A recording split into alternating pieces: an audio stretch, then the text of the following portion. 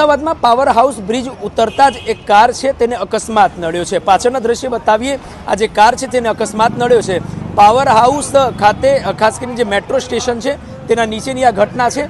પ્રાથમિક માહિતી અનુસાર સ્ટેરિંગ પરથી કાબુ ગુમાવતા આ જે અકસ્માત છે તે નડ્યો છે, જેને લઈને અત્યારે એલ ડિવિઝન ટ્રાફિક પોલીસ પણ અહીંયા ઘટના સ્થળે પહોંચી છે।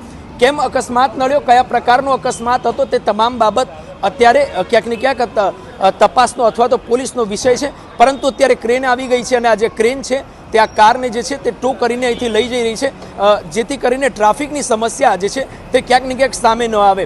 પાછળના દ્રશ્ય બતાવીએ। એલ ડિવિઝન ટ્રાફિક પોલીસ જે છે તે અહીંયા પહોંચી છે। ટ્રાફિક પોલીસ સ્ટેશન એલના જે પીઆઈ પટેલ છે તે પણ અહીંયા પહોંચ્યા છે।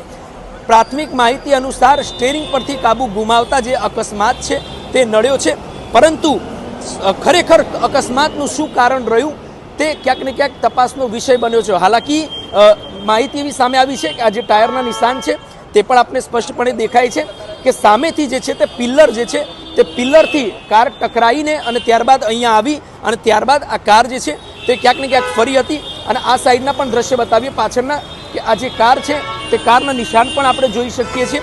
ત્યારે આ અકસ્માત કેમ થયો તે તપાસનો વિષય બન્યો, પરંતુ સ્ટેરિંગ પરથી કાબુ ગુમાવતા આ અકસ્માત નડ્યો છે। હાલાકી અકસ્માતની અંદર કોઈ પણ પ્રકારની જાનહાનિ થઈ નથી અને સાથે જ કોઈ પણ પ્રકારનો જે ઘટના છે તે સર્જાઈ નથી અને તમામ જે આ કાર ચાલક છે તે અત્યારે તો આ કારની અંદર ઉપસ્થિત નહોતા।